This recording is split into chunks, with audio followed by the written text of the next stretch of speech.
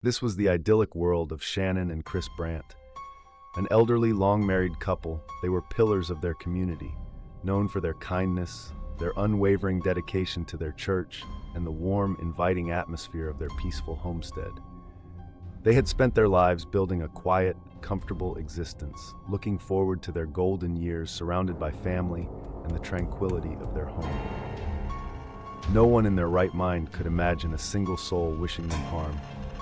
But in the early morning hours of March 10th, 2024, that sanctuary was brutally violated.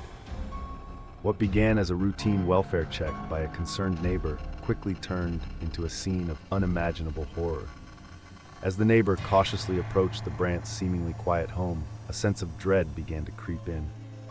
The front door was ajar, and an unnerving silence hung in the air. Stepping inside, the neighbor was met with a sight that would forever haunt their nightmares. Shannon and Chris Brandt had been brutally murdered in their own home. This was no quiet, discreet act. The scene spoke of a violent, merciless assault. The sheer savagery of the crime sent immediate shockwaves not just through their small, tight-knit community, but across the entire state of Iowa. Within minutes, the peaceful homestead was transformed into a chaotic crime scene. Sirens wailed, flashing lights painted the quiet rural road in hues of red and blue, and crime scene tape sectioned off what was once a symbol of safety. The sudden, overwhelming presence of law enforcement in this usually calm area was a jarring testament to the terror that had just descended. If this level of unimaginable violence could invade the home of the Brandts, a beloved, unassuming couple, then who in this once peaceful community was truly safe anymore? The answer was chillingly clear: no one. The peace was shattered, replaced by a sudden, paralyzing fear and a profound, echoing question: who would do this and why? In the immediate aftermath of the horrific discovery, the serene rural landscape transformed into a hive of intense forensic activity.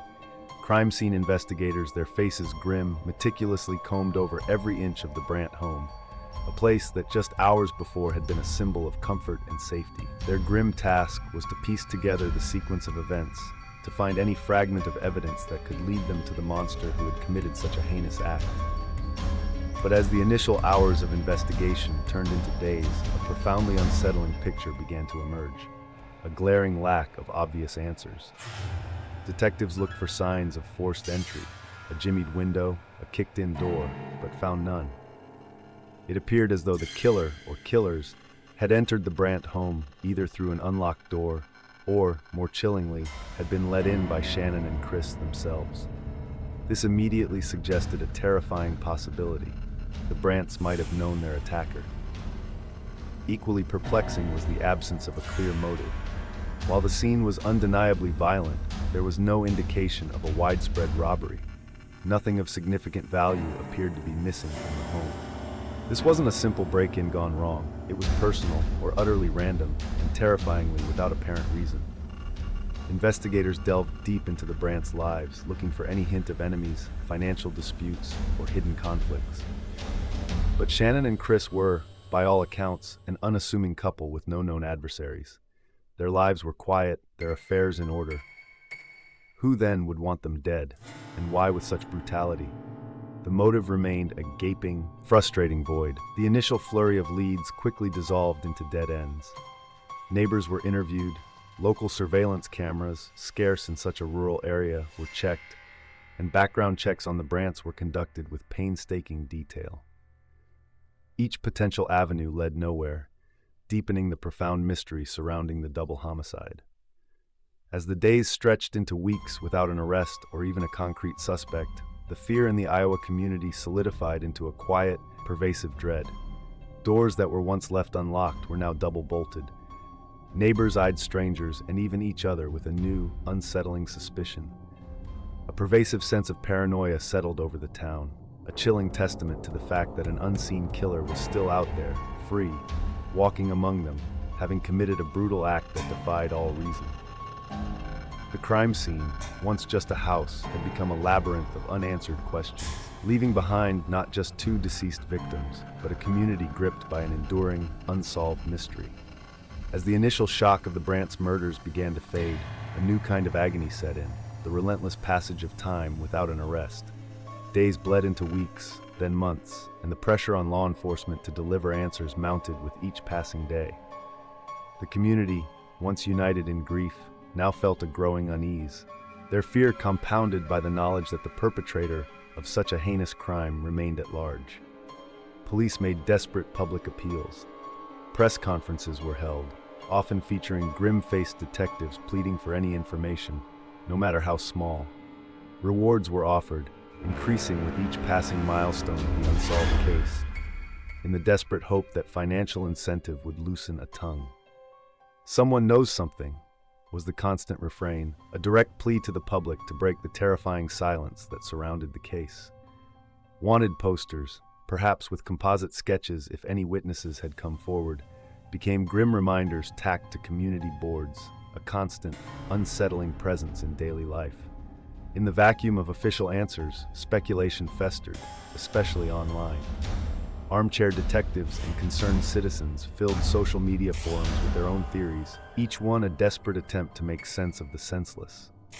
Some believed it was a personal grudge, someone the Brandts knew, perhaps from a long-forgotten dispute, finally enacting a twisted revenge. But who? The Brandts seemed to have no enemies. Others feared it was a case of mistaken identity, a chilling thought that meant the true targets were still out there, unaware they had dodged a bullet. But perhaps the most terrifying theory, the one that truly gripped the community, was the idea of a random attack. A complete stranger, a transient monster who simply chose the Brandts' home at random, shattering the illusion of safety for everyone. This was the strange, dark, and mysterious possibility that kept neighbors locking their doors and looking over their shoulders. Meanwhile, behind the scenes, forensic analysis continued, but often at a frustratingly slow pace. DNA evidence, if any was found, could take weeks or months to process. Fingerprints might be partial or smudged. Each piece of evidence, potentially crucial, became a bottleneck in the investigation, extending the agonizing wait for a breakthrough. The frustration was palpable, a heavy weight on both the investigators, burdened by the unsolved crime, and the public, desperate for closure.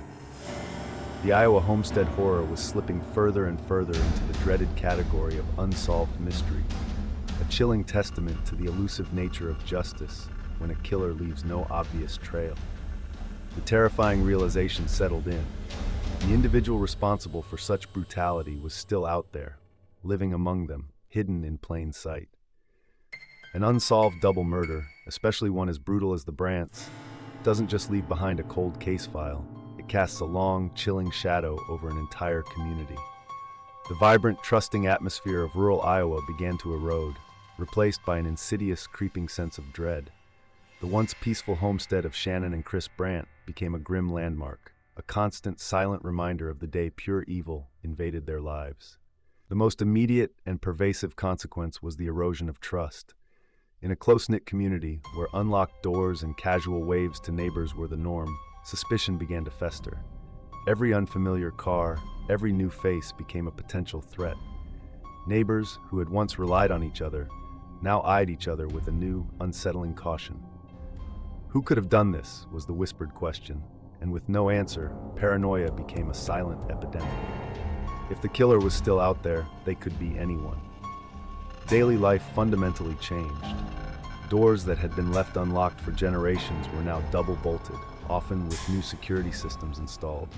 Children, once free to roam the fields and quiet streets, were now kept closer to home, their carefree play replaced by a newfound vigilance from anxious parents. The community's collective sense of safety, painstakingly built over decades, shattered in an instant. This terrifying shift from security to constant anxiety was a profound psychological toll, a lasting scar on the collective psyche. For the families of Shannon and Chris Brandt, the torment was unimaginable. Their grief over losing their beloved parents and grandparents was compounded by the agonizing burden of not knowing who was responsible or why. Every passing day without an arrest was a fresh wound, a constant reminder that justice remained elusive. The Brandts' loved ones were forced to live with the horrific images of the crime, combined with the crushing frustration of an open-ended mystery, constantly hoping for a breakthrough that might never come. Even the seasoned detectives working the case felt the immense burden. Each unanswered question, each failed lead, weighed heavily on them. They were tasked with finding a ghost, a perpetrator who had vanished as completely as the peace of that Iowa homestead. The Brandts' murders became the community's defining tragedy, a constant whisper of the strange, dark, and mysterious evil that could shatter even the most tranquil corner of the world. It was a chilling reminder that sometimes the true lasting legacy of a brutal crime isn't just the victims themselves, but the profound and enduring psychological scar it leaves on an entire community, haunted by an invisible killer and an unending fear. As of mid-2025, the brutal murders of Shannon and Chris Brandt remain an active yet unsolved investigation. The leads have gone cold, the initial flurry of activity has subsided, but the case file sits open, a constant reminder of the justice yet to be served. For the Brandt family and the shaken community, every day without answers is another day living with the terrifying knowledge that the perpetrator of such a heinous act walks free. The core questions continue to haunt everyone involved. What was the motive? Was it a random act of unimaginable violence, or was it deeply personal? And who, truly, was the perpetrator? Was it a stranger who passed through their quiet town, or someone lurking in the shadows, a face perhaps even known to the Brandts themselves? These questions, like phantom whispers, refuse to fade with time. Despite the passage of months, the community refuses to forget. Memorials have been held, often quiet, somber gatherings that serve to keep the Brandts' memory alive and to remind everyone that the case is still open. There are renewed calls for information, circulated online and by word of mouth, fueled by the unwavering hope that someone, somewhere, will finally come forward with the crucial piece of the puzzle. The Brandts story isn't just a news headline that fades. It's a deep, painful cut on the community's collective memory. There is always the potential for a future breakthrough. Advances in forensic technology can bring new life to old evidence, perhaps identifying DNA previously untraceable.